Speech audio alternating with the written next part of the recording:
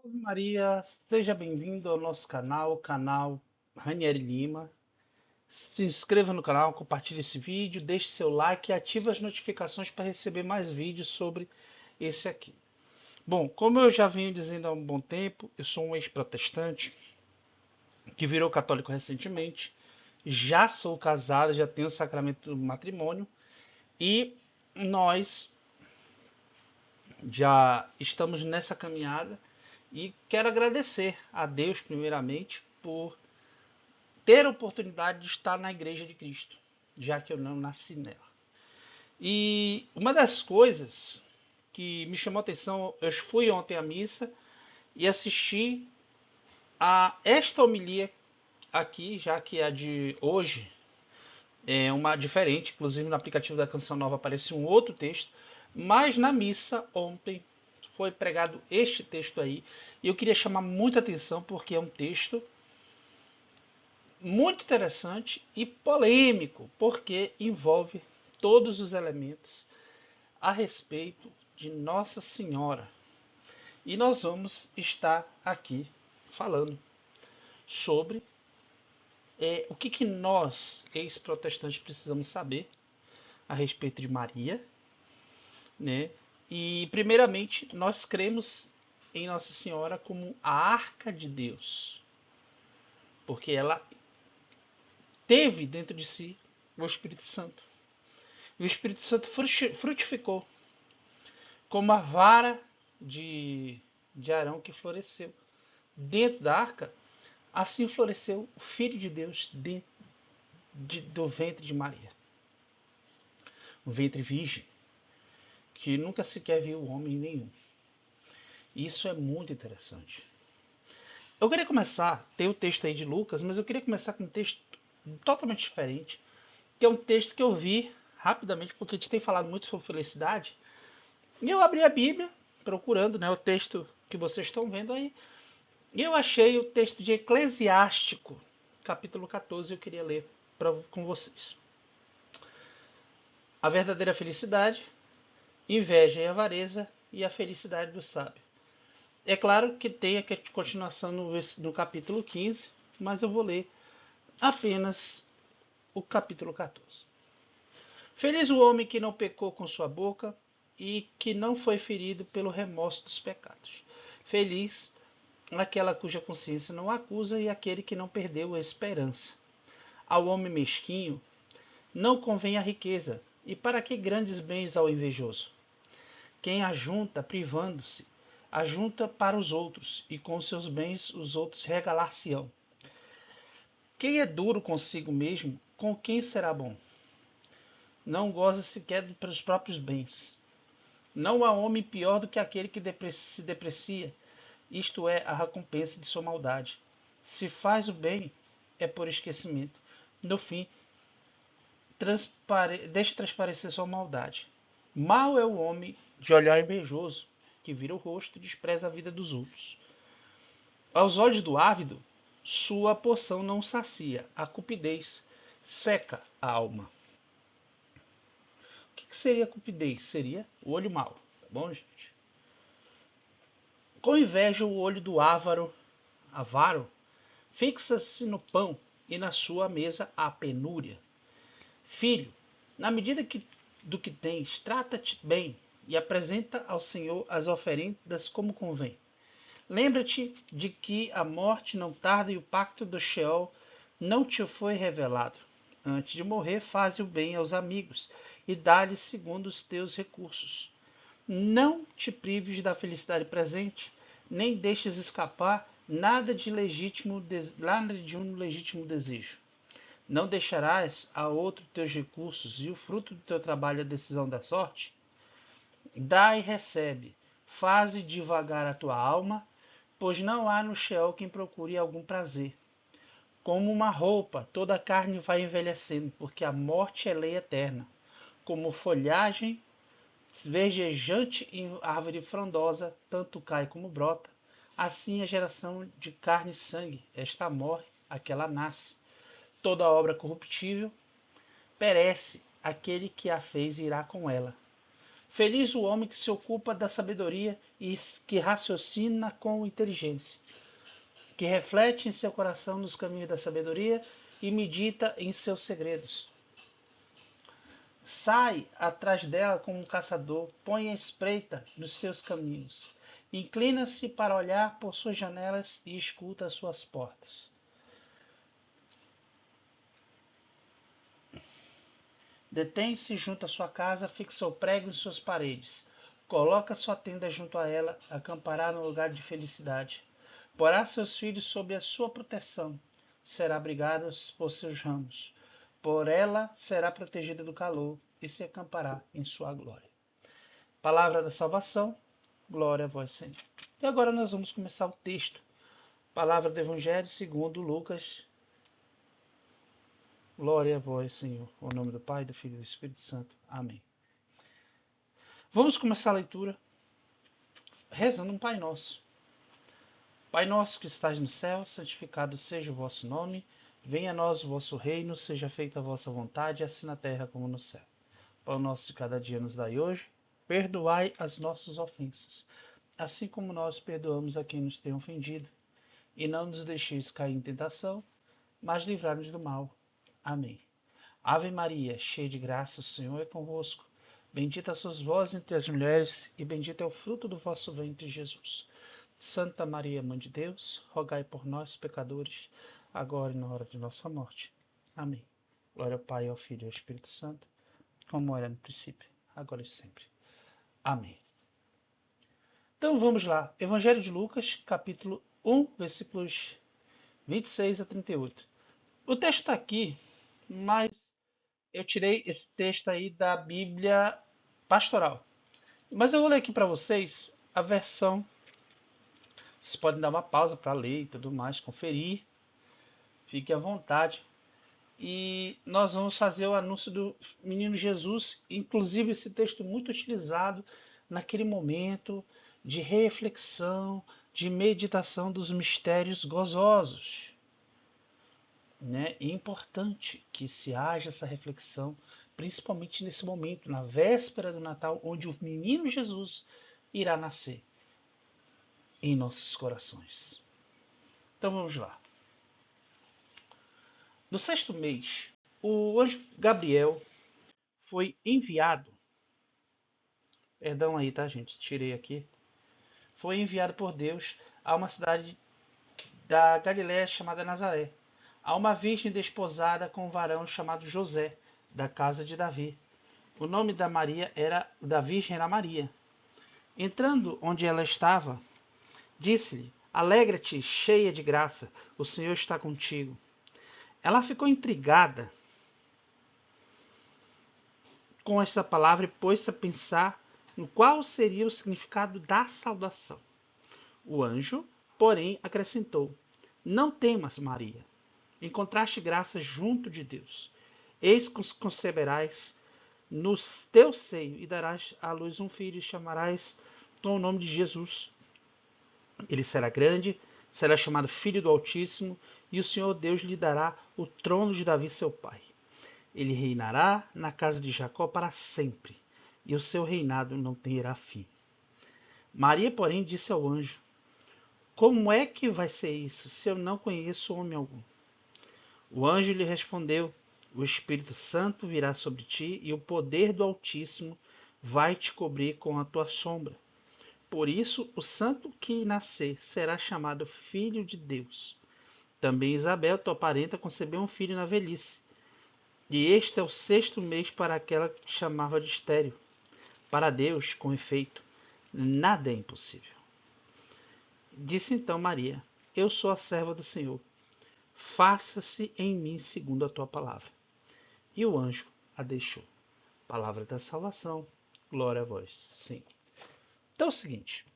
Nós vamos para o catecismo e nós vamos começar com o parágrafo 497. Desconsidere esse parágrafo 2571, que ele vai ser citado aqui, mas desconsidera porque eu esqueci de apagar. Esses que vão aparecer aqui são alguns parágrafos referentes a esse texto. E muitas coisas precisam ser desmistificadas a respeito de Maria. parágrafo 497 diz assim: as narrativas evangélicas entendem que a conceição virginal como uma obra divina que ultrapassa toda a compreensão e possibilidades humanas. O que foi gerado nela vem do Espírito Santo, que acabou de ver aqui. Inclusive é dito a José a respeito de Maria, sua esposa. Lá em Mateus 1:20 você vai ver isso aí. E nós vamos abrir aqui rapidinho, fora do script, hein? Novamente. Fora do script totalmente. Vamos lá. Mateus 1:20, ele faz uma referência que vocês acabaram de ler. Você tem alguma referência? A gente sempre procura saber, pelo menos eu tenho aprendido, inclusive isso nos ajuda a sair um pouco das heresias que se prega, que as heresias que inclusive vêm da nossa mente e a gente acaba falando que é o Espírito Santo. E o Espírito Santo, ele não pode ir contra, ele não irá contra a tradição da igreja. Isso é bem óbvio, tá certo? Muita gente não acredita nisso que eu estou falando, mas eu coloco aqui de certeza, porque árvore ela é conhecida pelos frutos que ela produz. E a minha arrogância de pregar sem contar com a ajuda do catecismo me levou a produzir frutos indignos de salvação para a minha vida. Então, estava errado. Pelos meus frutos. Vamos lá. Mateus 1:20, nós temos muitas referências. Muitas referências. E nós vamos lê-las, tá bom? Eu sei que nós temos aqui e nós vamos nos guiar. Eu vou ficar só com Mateus 1:20 e Mateus 1:23 tem mais referências ainda. Muitas referências você vai ver. Inclusive do texto que eu li, não tem. Ótimo. Então, muitas referências dentro do catecismo a respeito desse texto de Mateus 1:20 e de Mateus 1:23. Então, nós vamos pegar aqui. Vamos devagar. Parágrafo 333. E, gente, é muito bom. Eu aprendi na época que eu era evangélico a trabalhar com chave bíblica. E o catecismo também tem sua chave. E as chaves baseadas nos versículos, né, que é descrito nesse catecismo aqui, é descrito como índice das citações, lá no final do catecismo. Então vamos lá. 333. Vamos ver o que diz o parágrafo 333. E é bem interessante porque você pode fazer apostilas disso aqui. Você trabalhando inteligentemente, apostilas para o seu próprio estudo. E é bem interessante. Desde a encarnação até a ascensão, a vida do Verbo encarnado é cercada de adoração e serviço dos anjos. Quando Deus introduziu o primogênito do mundo, Deus diz: todos os anjos devem adorá-lo. O canto de louvor deles ao nascimento de Cristo não cessou de ressoar no louvor da igreja. Glória a Deus nas alturas e paz na terra por os homens por ele amados, né? Aquele louvor do glória, né? Os anjos protegem a infância de Jesus, servem a Jesus no deserto, reconfortam na agonia, e quando ele poderia por si mesmo ter se salvado das mãos dos inimigos, como outrora Israel. São ainda os anjos que evangelizam, anunciando a boa nova da encarnação, da ressurreição de Cristo. No retorno de Cristo, quando que eles anunciam, estarão lá a serviço do seu juízo. Então, o primeiro anúncio evangélico foi de um anjo, do arcanjo Gabriel, né, com toda a saudação que ele faz a Nossa Senhora. 437.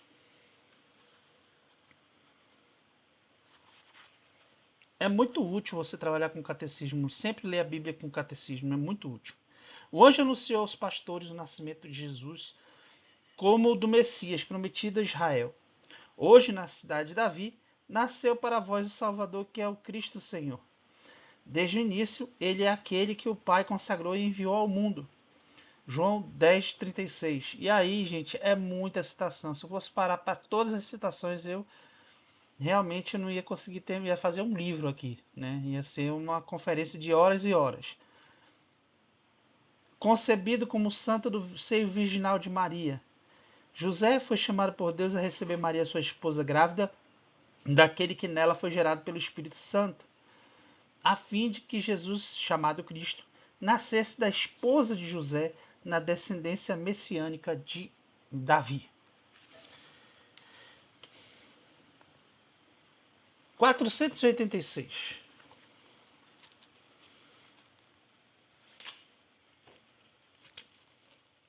Essas citações que está aí no slide, ela foi retirada direto do site do Catecismo no Vaticano, tá? E aqui nós estamos usando também o nosso catecismo aqui. Ao ser concebido como homem no seio da Virgem Maria, o Filho único do Pai é Cristo, isto é, ungido pelo Espírito Santo, desde o início de sua existência humana, ainda que sua manifestação só se realize progressivamente aos pastores, aos magos, a João Batista e aos discípulos. Toda a vida de Jesus Cristo se manifestará, portanto, como ele foi ungido por Deus com o Espírito Santo e com poder, né? Inclusive relatado em Atos dos Apóstolos, capítulo 10, versículo 38. 497 que vocês acabaram de ver. E por fim, inclusive citado duas vezes, tanto no versículo 20 quanto no versículo 23. E por fim, 744 do Catecismo. Bem trabalhoso esse vídeo, mas é importante que você faça essa análise. Na plenitude do tempo, o Espírito Santo se realiza em Maria todas as preparações para a vinda de Cristo no povo de Deus. Pela ação do Espírito Santo, nela, o Pai dá ao mundo o Emanuel, Deus conosco. Então a ação do Espírito Santo foi nela, para que através dela se produzisse o Salvador do mundo. É lindo, isso é lindo. 706 e 723, nós vamos ler os dois.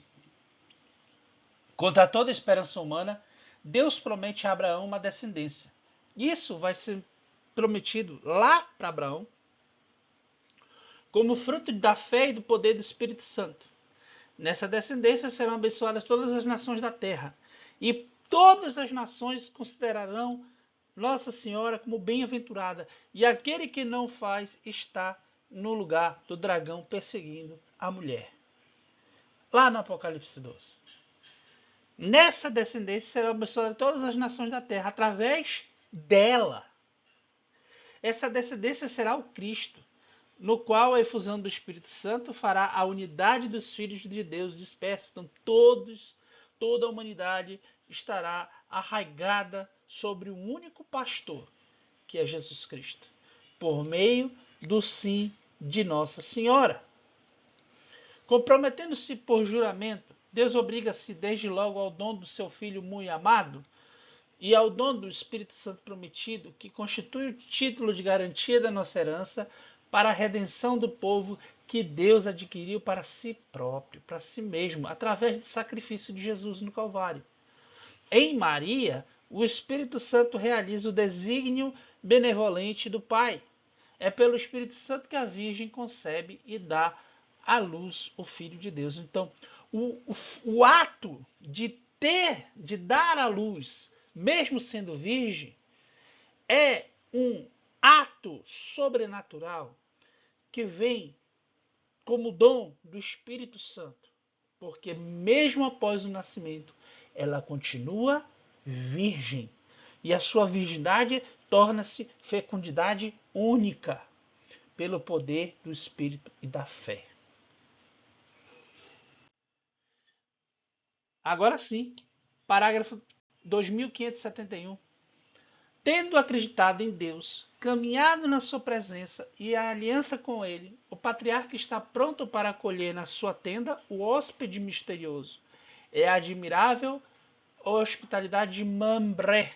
E essa aí é na história de Abraão. Inclusive, em muitas citações fala Mamré, né? Prelúdio da anunciação do verdadeiro filho da promessa. Desde então, tendo-lhe Deus confiado o seu desígnio, o coração de Abraão fica em sintonia com a compaixão do seu Senhor pelos homens e ousa interceder por eles com uma confiança audaciosa. Aliás, voltando aqui no catecismo, deixa eu pegar aqui o catecismo de Lucas 1:20, Lucas 1:26, porque tivemos algumas citações que nós não colocamos aqui e eu queria resgatar, que nós não colocamos aqui no slide. Mas eu quero resgatar usando os mesmos mecanismos que nós usamos ali adiante. Nós vamos pegar e vamos nos focar logo na doutrina mariana, né, para que vocês possam observar de uma forma bem profunda. 488. Eu vou ler mais 3 parágrafos aqui. Nós vamos ler, olha só, nós vamos ler 488, 382 e 494. Beleza? Então vamos lá. Eu vou começar aqui com 488, depois vou para o 494 e por último 332. Então vamos lá. 488.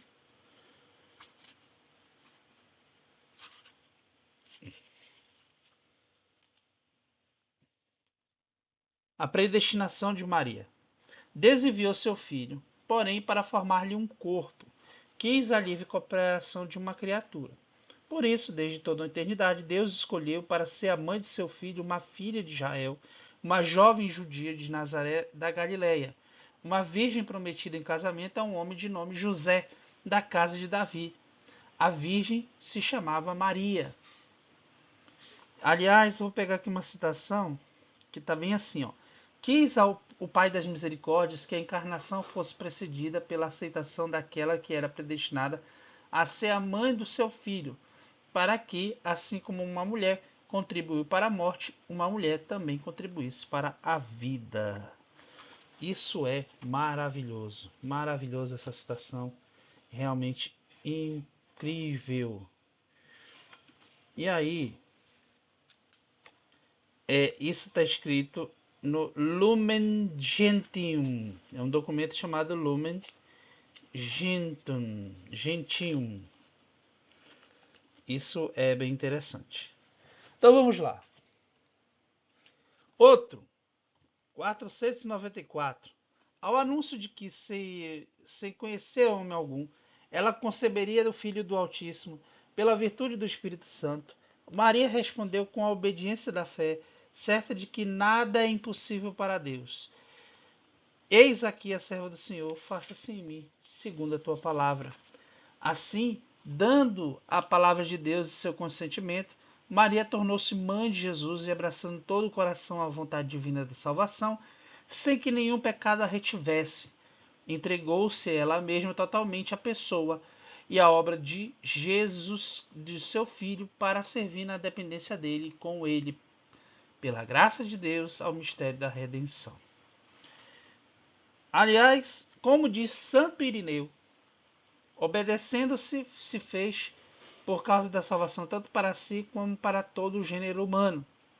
Do mesmo modo, não poucos antigos padres dizem com ele: o nó da desobediência de Eva foi desfeito pela obediência de Maria. O que a Virgem Eva ligou pela incredulidade, a Virgem Maria desligou pela fé. Comparando Maria com Eva, chamam Maria de mãe dos viventes e com frequência afirmam: veio a morte por Eva e a vida por Maria.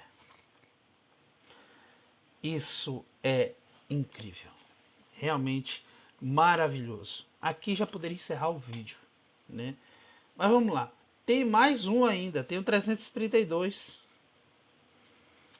332 que diz assim: eis aí então desde a criação e logo de toda a história da salvação, anunciando de longe ou de perto essa salvação e servindo ao desígnio divino de sua realização, fecha o paraíso terrestre, protegem Ló, salvam Agar e seu filho, seguram a mão de Abraão, comunicam a lei por seu ministério, conduzem o povo de Deus, anunciam nascimentos e vocações, assistem os profetas, citando apenas alguns exemplos. Por fim, é o anjo Gabriel que anunciou o nascimento do precursor e do próprio Jesus.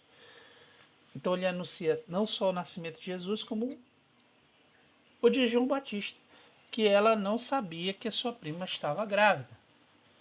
Né? Depois ela vai visitar e ter aquela ação do Espírito Santo maravilhosa, onde a manifestação do Espírito Santo que faz com que Isabel declare a frase: bendita sois vós entre as mulheres e bendito é o fruto do vosso ventre, Jesus, que é uma manifestação ímpar do Espírito Santo que nunca tinha sido vista antes. É maravilhoso. Ainda tem gente que vai contra a manifestação do Espírito Santo tão forte que foi essa. E aí nós temos o 488, Deus enviou seu filho, mas para ali formar um corpo, quis ali a cooperação de uma criatura. Isso aqui já foi falado, né? E para a gente complementar, vamos lá em Gálatas 4:4, aqui na Bíblia. Atos dos Apóstolos, capítulo 4. Gálatas, capítulo 4, versículo 4.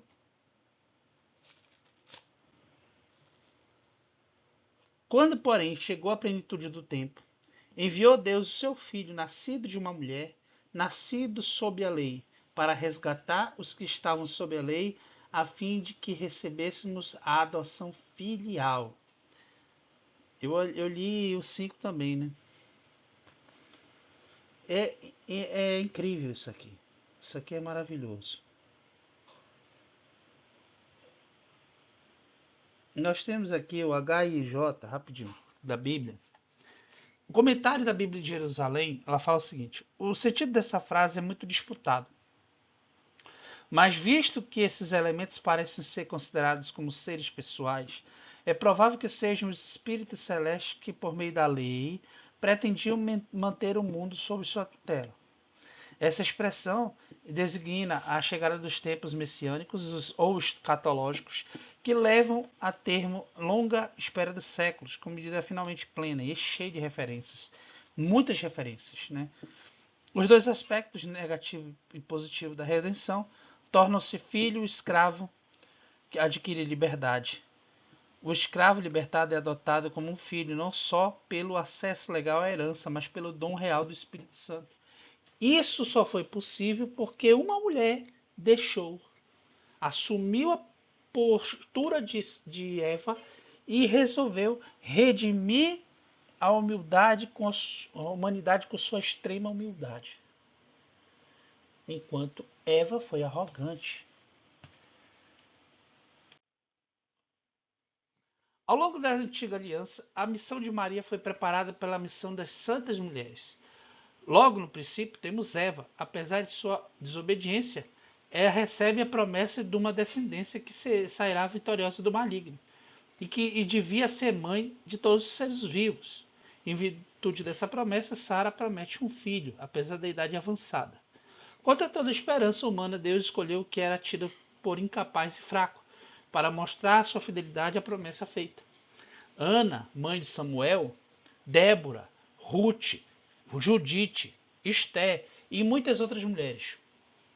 Maria é a primeira entre os humildes e pobres do Senhor que confiadamente esperam e recebem a salvação de Deus.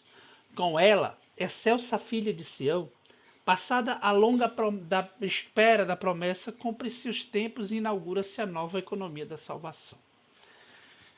Para vir a ser a mãe de Salvador, Maria foi adornada por Deus com dons dignos de uma tão grande missão.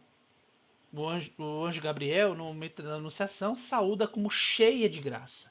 Então, se tu imagina que na imposição de mãos de alguém da igreja, se acontece a efusão do Espírito Santo, imagina quando é feita por um anjo que estava carregando toda a glória de Deus nas suas mãos. Ele faz uma efusão que nunca foi feita e nunca será feita. o anjo liberou cheia de graça, com poder, e o corpo dela resistiu, como a arca da aliança. Somente a arca da aliança era capaz de aguentar a plenitude do Espírito Santo. E ela aguentou, porque ela cumpria todos os pré-requisitos anunciados lá por Isaías. Em Isaías 7,14, todos os requisitos ela tinha. Todos os requisitos. Eu vou, quando for chegar no 492, eu vou ler com o catecismo aberto, porque a minha tela está tampando essa parte. É lamentável. Vamos lá. Para vir, isso aqui eu já falei, né? O anjo Gabriel, no momento da anunciação, saúda como cheio de graça. Efetivamente, para poder dar assentimento livre da sua fé ao anúncio da sua vocação, era-lhe necessário que fosse totalmente movida pela graça de Deus. Ao longo dos séculos, a Igreja tomou consciência de que Maria, cumulada de graça por Deus, tinha sido redimida desde sua conceição. É o que confessa o dogma da Imaculada Conceição, proclamada em 1854 pelo Papa Pio IX. Por uma graça e favor singular de Deus, onipotente, e em previsão dos méritos de Jesus Cristo Salvador do gênero humano, a bem-aventurada Virgem Maria foi preservada intacta de toda a mancha de pecado original no primeiro instante de sua conceição. Então, isso aqui derruba um mito que eu tinha, tá? Porque eu acreditava que o que tinha tirado o pecado original dela foi o momento de efusão do Espírito Santo feito pelo anjo. Mas aqui diz que desde seu nascimento. E aí nós vamos ler diretamente aqui do 492 do Catecismo. O nascimento de Nossa Senhora já veio com esse significado. Então vamos lá. Olha só como é que está escrito nessa versão aqui. Lembrando que essa versão que está aí na tela é do Vaticano. Isso aqui é a versão 90ª edição, de acordo com o texto oficial em latim. Então vamos lá. Essa santidade resplandecente, absolutamente única, da qual Maria é enriquecida desde o primeiro instante de sua conceição, lhe vem inteiramente de Cristo. Em vista dos méritos de seu Filho, foi redimida de um modo mais sublime. Mais do que qualquer outra pessoa criada, o Pai a abençoou com toda a bênção espiritual nos céus em Cristo. Nela a escolheu antes de sua fundação do mundo para ser santa e imaculada diante dele no amor. Agora é o seguinte, eles estão citando aqui Efésios 1:3 e Efésios 1:4, e isso aqui me deixou com uma pulga atrás da orelha. Vamos ler aqui rapidinho.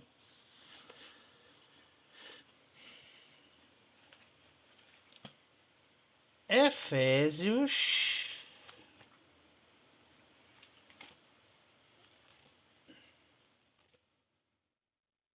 é bem depois de Gálatas. 1:3 e 4. Vamos lá. Bendito seja o Deus Pai de nosso Senhor Jesus Cristo, que nos abençoou com toda sorte de bênçãos espirituais nos céus em Cristo. Nele nos escolheu antes da fundação do mundo para sermos santos e irrepreensíveis diante dele no amor, né? Isso aqui é uma citação de São Paulo, apóstolo, a toda a igreja. Porém, ela faz parte da igreja. E muita gente despreza isso. Poderia dizer, mas isso aqui não é referência a Maria, é referência à igreja. Gente, Nossa Senhora pertence à igreja. Nossa Senhora foi cheia do Espírito Santo no dia da efusão do Espírito Santo lá no Pentecoste. E ela sabia que era a presença de Deus. Porque ela conviveu durante toda a gravidez, cheia do Espírito Santo. 9 meses. Os padres da tradição oral oriental chamam a Mãe de Deus a toda santa. Celebram-na como imune de toda mancha de pecado, visto que o próprio Espírito Santo a modelou e dela fez uma nova criatura. Pela graça de Deus, Maria manteve-se pura de todo pecado pessoal ao longo de toda a sua vida. Faça-se em mim segundo a vossa palavra, que foi algo que ela pediu em oração e que foi concedida porque o próprio Espírito Santo habitava nela. Ela era a arca de Deus. Ao anúncio que dará à luz o Filho do Altíssimo, sem conhecer o homem pela virtude do Espírito Santo, Maria respondeu pela obediência da fé, certa de que a Deus nada é impossível. A partir do momento que você não acredita nisso, você não consegue acreditar no poder da salvação. Porque se você não acredita que Deus tem o poder de salvar Nossa Senhora pela infusão total do Espírito Santo que ela absorveu e frutificou, você acha que você vai ser salvo? Tem umas incoerências realmente. Nós acreditamos na salvação de Cristo porque Deus salvou Nossa Senhora primeiro. Se assim ele não fizesse, Deus não tem poder para salvar ninguém. Mas ele tem. Porque ele salvou ela e nos deu como mãe, porque ela é exemplo para nós. Ela nos ensina pelo seu exemplo de humildade, ensinando a gente a orar, o Magnífica. Ensinando a gente a orar pelas suas inúmeras aparições. Nos ensinando sobre os perigos do comunismo em Fátima. Nos alertando sobre os segredos. Nos alertando sobre o quanto a humanidade está perdida. Ela é uma base escatológica importantíssima. E eu entendi isso. Porque muitas coisas que a gente estuda em escatologia.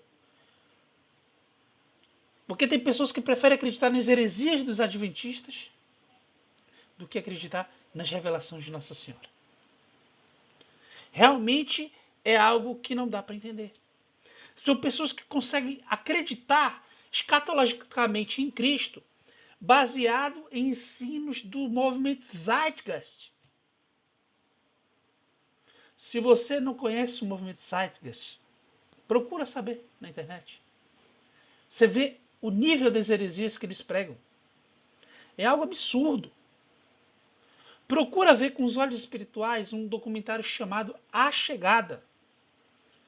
Que eu já fiz análise atrás de análise disso aí, mas toda vez eu perco o canal. Então nem vou mais fazer. Vá lá, assista.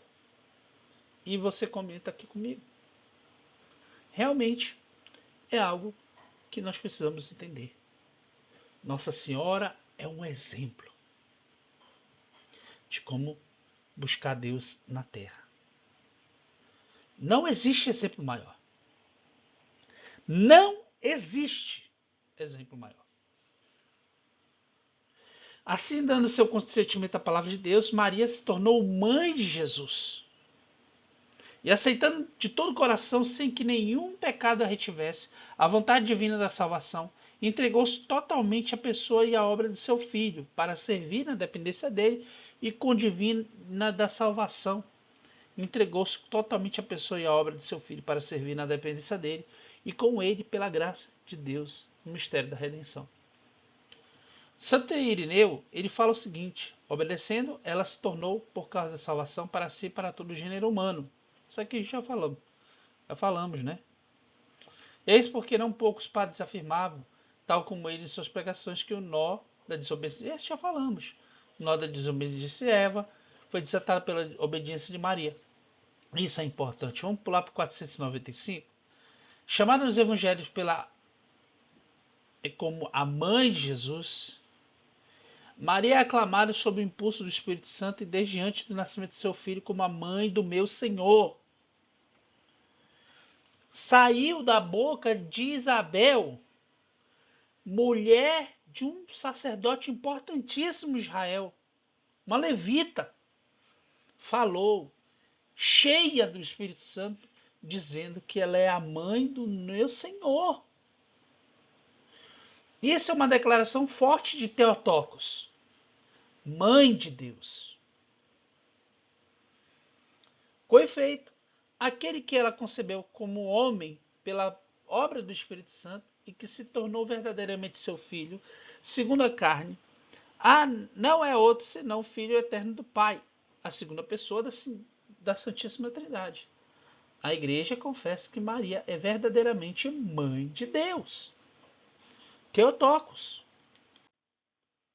Desde as primeiras formulações da fé, a igreja confessou que Jesus foi concebido unicamente pelo poder do Espírito Santo no seio da Virgem Maria, afirmando igualmente o aspecto corporal dela deste acontecimento. Jesus foi concebido absque semine ex Espírito Santo, do Espírito Santo sem sêmen de homem. Os santos padres veem na concepção virginal o sinal de que foi verdadeiramente o Filho de Deus que veio ao mundo numa humanidade como a nossa. O nascimento de Jesus Cristo é algo sobrenatural. Eu já vinha discutindo, inclusive, nos primeiros meses, eu falei com a minha avó, que é evangélica, falei assim, como é que Jesus nasceu? A partir do momento que você tenta explicar as coisas de Jesus de forma natural, você está errado. Jesus é, desde a sua concepção até a sua morte e ressurreição, todo sobrenatural, embora tenha corpo humano. Diz, por exemplo, Santo Inácio de Antioquia, lá no início do século II. Vós estáis firmemente convencidos a respeito de que diz Nosso Senhor que Ele é verdadeiramente da raça de Davi, segundo a carne, Filho de Deus, segundo a vontade do nosso Senhor, que Ele é verdadeiramente da raça de Davi, segundo a carne, Filho de Deus, segundo a vontade do poder de Deus, verdadeiramente nascido de uma virgem, foi verdadeiramente crucificado por nós, na sua carne, sob Pôncio Pilatos, e verdadeiramente sofreu, como também verdadeiramente ressuscitou. As narrativas evangélicas entendem a concepção original de uma obra divina que ultrapassa toda a compreensão da possibilidade humana. Ela ultrapassa, porque desde a sua concepção até a sua ressurreição, tudo foi sobrenatural na vida de Jesus. Tudo. Inclusive no ventre de Nossa Senhora. Tudo foi sobrenatural. Porque não se tratava de uma pessoa natural. E o sobrenatural de Deus entrou na Virgem Maria através de Jesus.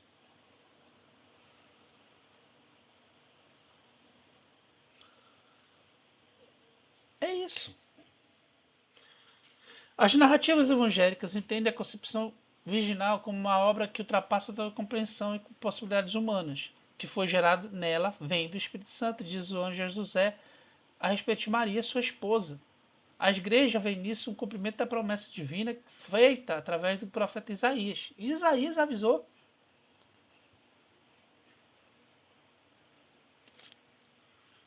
Eis que a virgem conceberá e dará à luz um filho.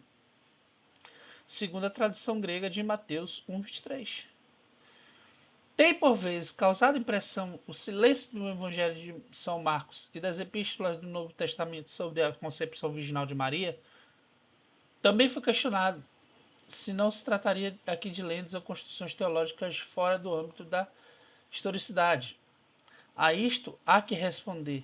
A fé na concepção virginal de Jesus encontrou viva oposição, troça ou incompreensão por parte dos não crentes judeus e pagãos. Não tinha origem na mitologia pagã. Não era motivado por qualquer adaptação às ideias do tempo. O sentido desse acontecimento só é acessível à fé, que o vê nexo que liga os mistérios entre si. Do conjunto dos mistérios de Cristo, na encarnação até a Páscoa. Já Santo Inácio de Antioquia fala nesse nexo. O príncipe desse mundo não teve conhecimento da virgindade de Maria e do seu parto, tal como da morte do Senhor. 3 mistérios extraordinários que se efetuaram no silêncio de Deus. E aí vem um grande mistério da Bíblia. Maria sempre virgem. Aliás, eu acreditava que Maria teve vários filhos, porque é espalhado isso realmente no meio dos evangelhos. Mas a simples pergunta que se faz, inclusive é uma pergunta perigosa, porque ela pode dizer que a Bíblia tem erros, e não é verdade. É questão de tradução. É o seguinte: se Maria tinha outros filhos, por que Jesus entregou ela para morar com João, São João Apóstolo? Que ele chega e fala: João, eis aqui a tua mãe. Mulher, eis aqui o teu filho. E através daquele ato, toda a igreja se torna filha de Maria.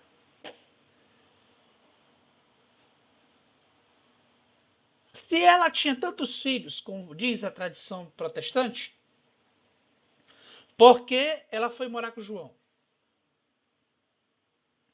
É a pergunta que eu faço. João nunca casou. Não há relato de casamento. Então por que ela permaneceu com João? E ela, já que andava com João, ela estava com João no momento em que houve a efusão do Espírito Santo no Pentecoste. Então tudo na vida de Nossa Senhora se torna sobrenatural a partir do momento que ela recebe a concepção de Cristo, ela vai para a Imaculada Conceição até a ressurreição de Cristo. E mais, a tradição da igreja diz que ela permanece até o dia de sua morte e assunção. Tem isso. Ela é assunta ao céu, porque ela não tinha pecado nenhum. Por que ela iria permanecer na terra? Não aconteceu a mesma coisa com Enoque? Com Elias e Nossa Senhora também. A arca de Deus subiu aos céus.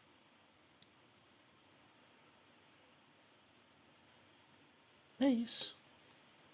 O aprofundamento da fé na paternidade virginal levou a igreja a confessar a virgindade real e perpétua de Maria, mesmo no parto do Filho de Deus feito homem. Com efeito, o nascimento de Cristo, então, não diminuiu, antes consagrou a integridade virginal de sua mãe. A liturgia da igreja ela celebra Maria Ae Parthenos, como a sempre virgem.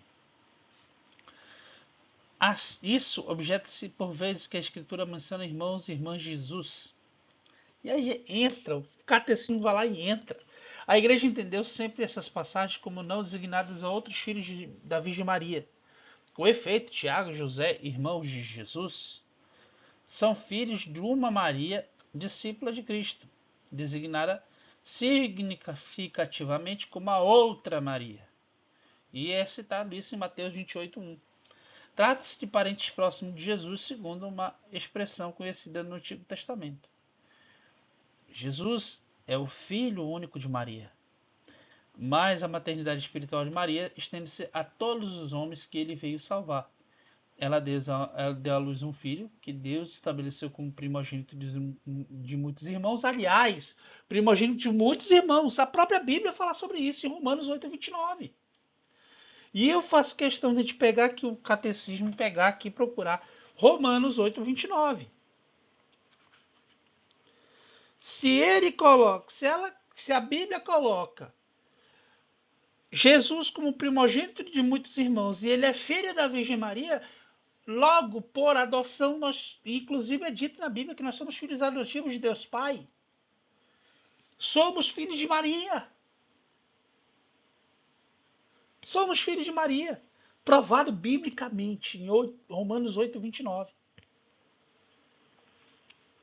Mas vamos pegar aqui o catecismo.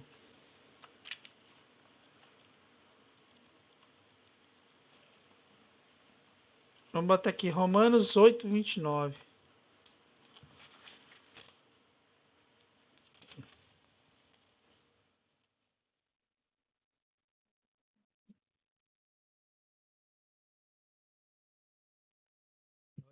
tem.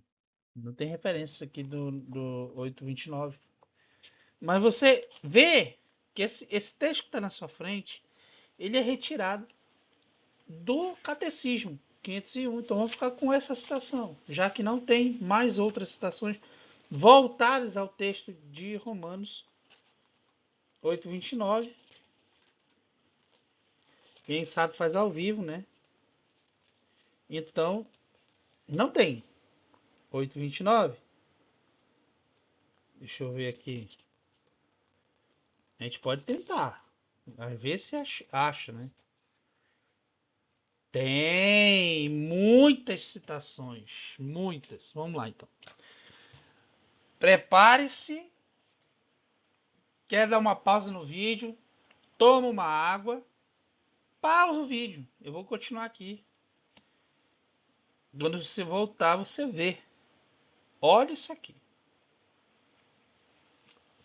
Parágrafo 257.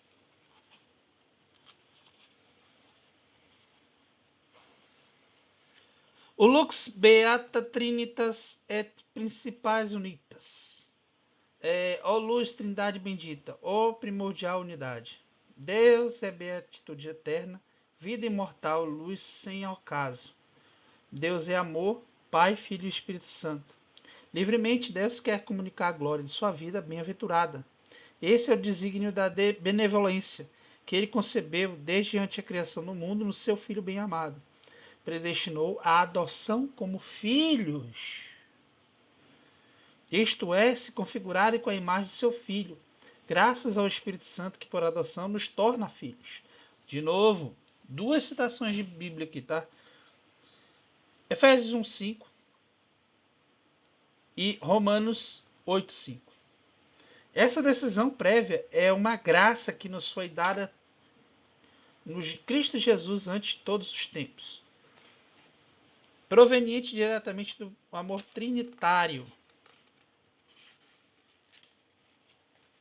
Esse se desdobra na obra da criação, em toda a história da salvação após a queda, nas missões do Filho e do Espírito, prolongadas pela missão da igreja. Legal. Próximo. E vamos lá, deixa. Eu cliquei sem querer, tá? Mas vamos lá. 381. E toma a volta. O homem é predestinado a reproduzir a imagem do Filho de Deus, feito homem, a imagem do Deus invisível, a fim de que Cristo seja o primogênito de uma multidão de irmãos e irmãs. Próximo. 501. A gente leu já. Vamos próximo. 1161.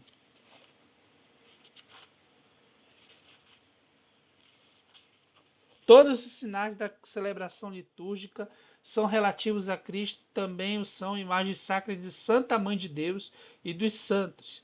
Significa o Cristo que é glorificado neles. Então, Cristo é glorificado naquelas imagens que você chama de idolatria.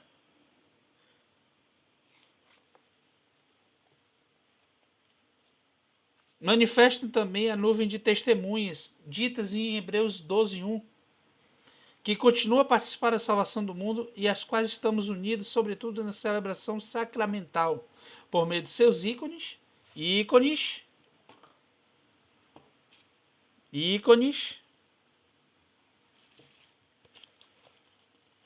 inclusive eu preciso fazer um vídeo só de ícones que eu possuo, né? Tem um que fica aqui no meu livro do Sermão da Montanha, que aparece bastante, né? Inclusive o ícone de Santo Agostinho. Deixa eu ver aqui a parte do ícone. Revela-se a nossa fé, o homem criado-se à imagem de Deus e transfigurado à sua semelhança, assim como os anjos também recapitulados em Cristo.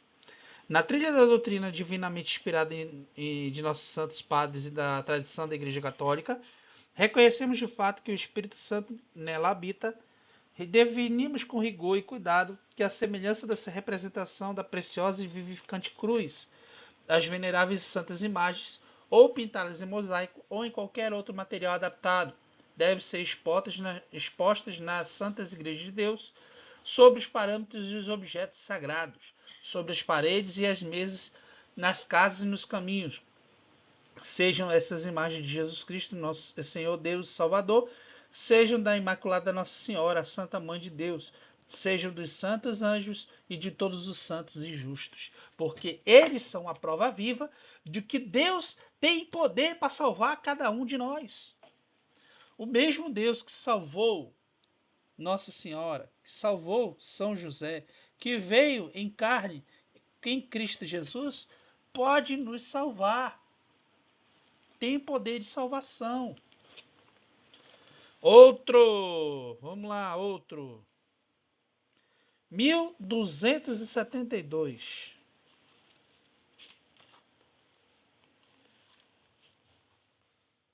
Um sinal espiritual indelével. Incorporado em Cristo pelo batismo, batizado é configurado a Cristo. O batismo sela o cristão com sinal espiritual indelével, caráter de sua pertença a Cristo.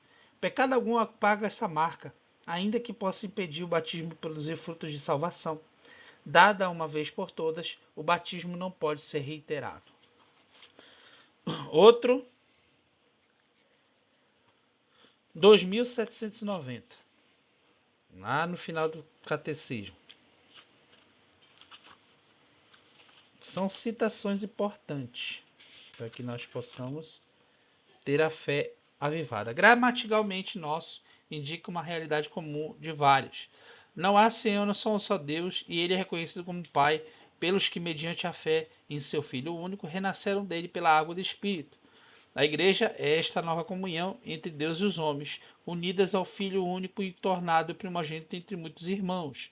E ele está em comunhão com um só e mesmo Pai, e um só e mesmo Espírito. Rezando ao nosso Pai, cada batizado reza esta comunhão. A multidão dos fiéis era um só coração e uma só alma. Tem muita coisa mesmo. Mas a gente vai deixar aqui. Vamos continuar. A maternidade virginal de Maria no plano de Deus. O olhar da fé pode descobrir em ligação com o conjunto da revelação as razões misteriosas pelas quais Deus, no seu desígnio salvífico, quis que o seu filho nascesse de uma virgem. Tais razões dizem respeito tanto à pessoa e missão redentora de Cristo, com o acolhimento dessa missão por Maria.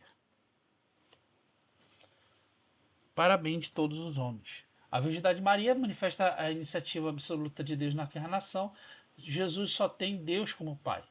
A natureza humana que ele assumiu nunca o afastou do Pai.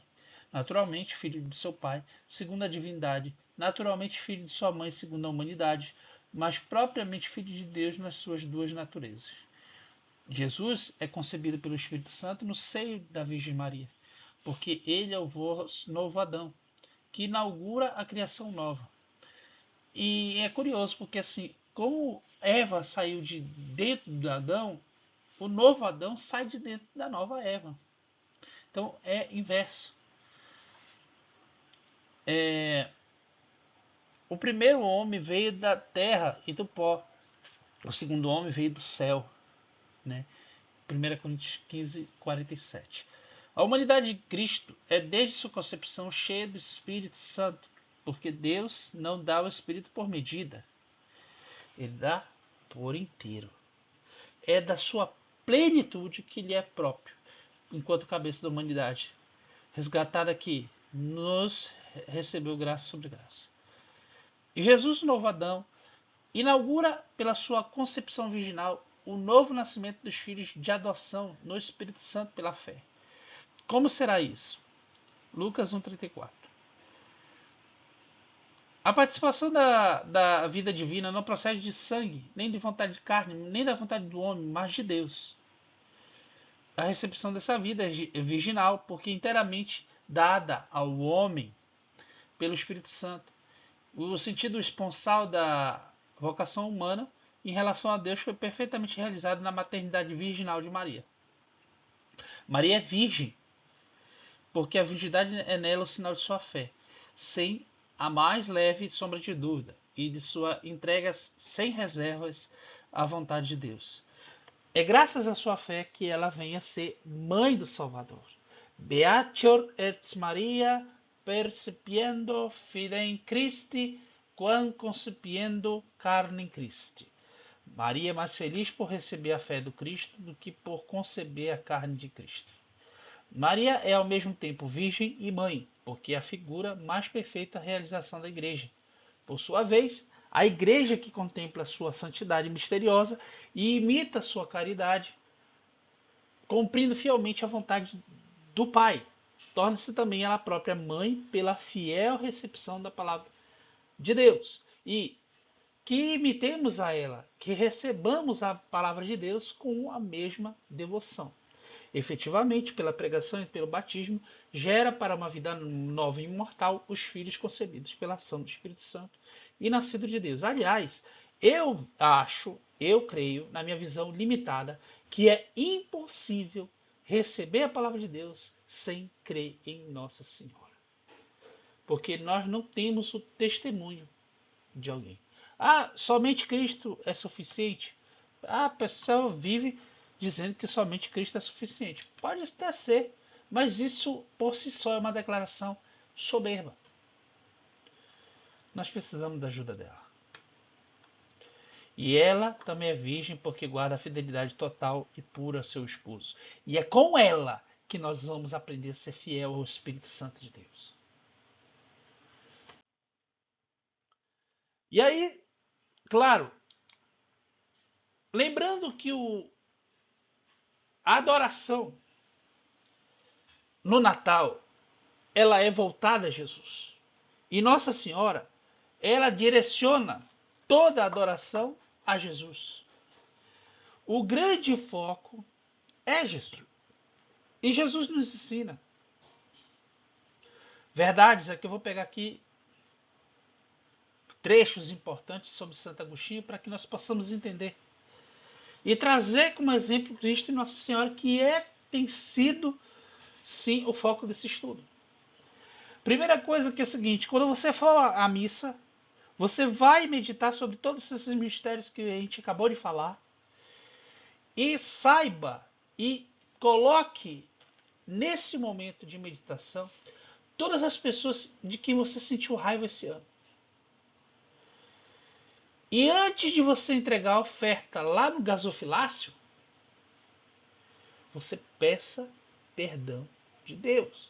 A gente já vem falando aqui alguns vídeos que o advento é uma época perfeita para se fazer confissão.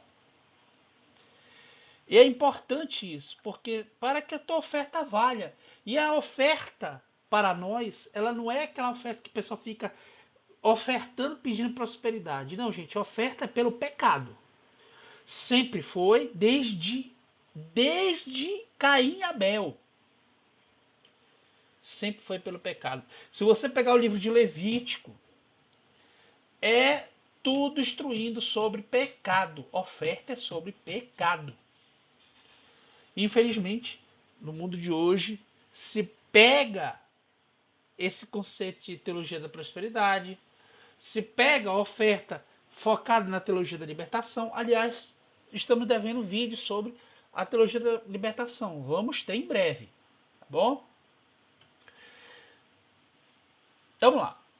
Jesus Cristo diz o seguinte: portanto, se estás para fazer a tua oferta diante do altar, e se te lembrares aí que teu irmão tem alguma coisa contra ti, deixa lá tua oferta diante do altar e vai reconciliar-te primeiro com teu irmão, e depois vem fazer a tua oferta. Tua oferta só vai valer se você perdoar seu irmão ou você pedir perdão do pecado do seu irmão. Isso deixa claro que as declarações anteriores dizem respeito aos irmãos, pois os dois períodos estão conectados com uma conjunção. Portanto, finalidade, indicando que o segundo período reforça o primeiro.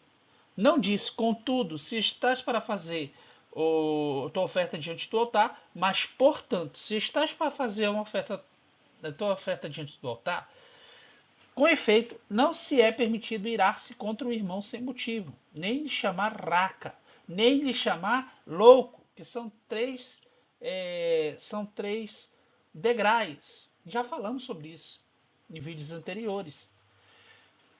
Então, se você tem alguma coisa contra o seu irmão, não importa qual é o nível que você esteja, um desses três níveis, vá pedir perdão. Vá se desculpar, porque a tua oferta do pecado ela precisa ser aceita. A oferta que você deposita na missa precisa ser aceita. A Eucaristia é uma outra oferta, só que é uma oferta não feita por você, é uma oferta feita por Ele. Deus oferta em você. Jesus oferta em você o quê? O corpo e o sangue. Você está pronto para receber a devolutiva de Deus? Por isso é necessário fazer a confissão. É bem profundo isso aqui. A seguinte passagem declara a mesma verdade. Não se põe o sol sobre a vossa ira. Efésios 4, 26. Portanto, se estamos para fazer a oferta diante do altar e nos recordarmos que o irmão tem algo contra nós, manda que deixemos a oferta diante do altar e vamos nos reconciliar com o irmão para depois voltar e fazer a oferta. Se tomamos isso em sentido literal, talvez se pense que isso valha para quando o irmão está próximo, pois como se deixasse a oferta diante do altar? Na verdade, nem vai para a igreja antes de pedir perdão. De início de conversa. Não é possível que te demores muito. Portanto, se pensamos num irmão que está longe, possivelmente até do outro lado do mar, seria absurdo crer que devamos deixar a oferta diante do altar, para oferecê-lo só depois de viajar por muitas terras e mares. Assim, somos obrigados a recorrer ao sentido espiritual da passagem para que não caiamos numa interpretação absurda. Isso aqui eu acho legal, bem interessante. O altar espiritual, que fica no interior do templo de Deus, pode significar a fé, simbolizada pelo altar visível. Qualquer oferta que façamos a Deus, quer seja profecia, doutrina, oração, hinos e salmos, quer seja já alguma outra oferta espiritual que se nos ocorrer, não será aceita por Deus a menos que esteja apoiada numa fé sincera e nela esteja assentada de modo fixo e imóvel para que nossas palavras sejam íntegras e ilibadas. Com efeito, muitos hereges, não possuindo esse altar, a verdadeira fé, proferiram blasfêmias por louvores, esmagados sobre o fardo das opiniões terrenas, como que lançaram por terra suas dádivas votivas. Contudo, também a intenção do ofertante deve ser pura. Lembre-se de Abel. Inclusive, isso é citado por Pedro, na Epístola de São Pedro. Assim, quando vamos oferecer algo no nosso coração, isto é, no templo interior de Deus, é santo o templo de Deus que vós sois. 1 Coríntios 3,17 diz o apóstolo, e no homem interior, Cristo habita pela fé nos vossos corações. Efésios 3, 16, 17. O apóstolo São Paulo dá uma aula disso. E Santo Agostinho explana muito bem toda essa situação. Pode ocorrer-nos que o irmão tenha algo contra nós, isto é, se tivermos prejudicado em algumas coisas, porque se ele nos prejudicou, então nós temos algo contra ele. E não é necessário que busquemos a reconciliação, pois não pedirás desculpa a quem te injuriou, mas apenas o perdoarás, assim como queres que o Senhor te perdoe. Ah, paz, isso é difícil demais. Mas é necessário. Busquemos, portanto, a reconciliação como nos lembramos de ter ofendido o irmão. Busquemo-la, não com pés corpóreos, mas com movimentos do espírito, tal modo que te prosternes humildemente diante do irmão do teu coração, neste lugar onde hás de fazer tua oferta. Ainda que o irmão esteja presente, poderás apaziguá-lo com sinceridade e reconciliar-se com ele pedindo perdão, caso tenha feito primeiro diante de Deus. indo até o irmão, não através do lento movimento corpóreo, mas através do velocíssimo afeto do amor. E depois vem isto, voltando as tuas atenções àquilo que tinhas começado a fazer a tua oferta. Devemos buscar reconciliação, caso tenhamos prejudicado o irmão. Ora, quem nunca se irou sem razão contra o irmão? Quem nunca chamou raca sem motivo? Ou quem nunca chamou de louco sem motivo? Negá-lo seria soberbo. E se alguém cair num desses pecados, o único remédio para a alma suplicante que pede perdão é não deixar que seu espírito fique inflado de vanglória. Portanto, bem-aventurados os pobres de espírito, porque deles é o reino dos céus. Seja benevolente com o seu inimigo. Isso é importantíssimo a gente ver isso aí. Reconheça quem é o seu adversário.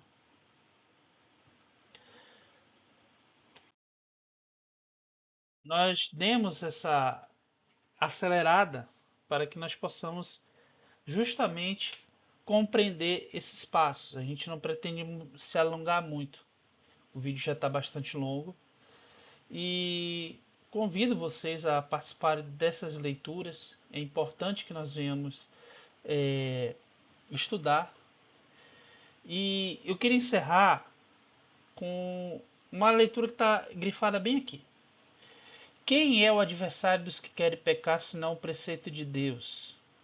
Isto é, sua lei e a Sagrada Escritura que nos foi dada nesta vida para que esteja conosco, a qual não devemos contradizer, pois poderemos ser, por isso, entregues ao juiz. Com efeito, ninguém sabe quando deixará essa vida. Ora, quem se acomoda com a Santa Escritura, senão quem a lê, ou ouve com piedade, atribuindo autoridade máxima, de tal modo que não odeia porque se opõe a seus pecados, antes ama a correção e alegra-se porque suas enfermidades não são esquecidas até que sejam curadas. Quando lê algo que parece obscuro ou absurdo, não levanta questionamentos, mas roga para entender, demonstrando assim benevolência e reverência durante tamanha autoridade. Porém, quem faz isso senão aquele que abre e estuda o testamento do Pai, sem querelas, com mansidão e piedade? Bem-aventurados, pois, os mansos, porque possuirão a terra. Então, todas essas coisas são importantes para que nós possamos fazer uma boa meditação da palavra de Deus. E quero agradecer aqui pela paciência, realmente um vídeo bem longo, um vídeo bem doutrinário mesmo, né? Tipo uma aula de doutrina, que é importante para nós que temos origem protestante, porque a gente é cercado de muitas heresias e nós precisamos nos libertar pelo poder do Espírito Santo. Que Deus os abençoe, em nome do Pai, do Filho e do Espírito Santo. Amém.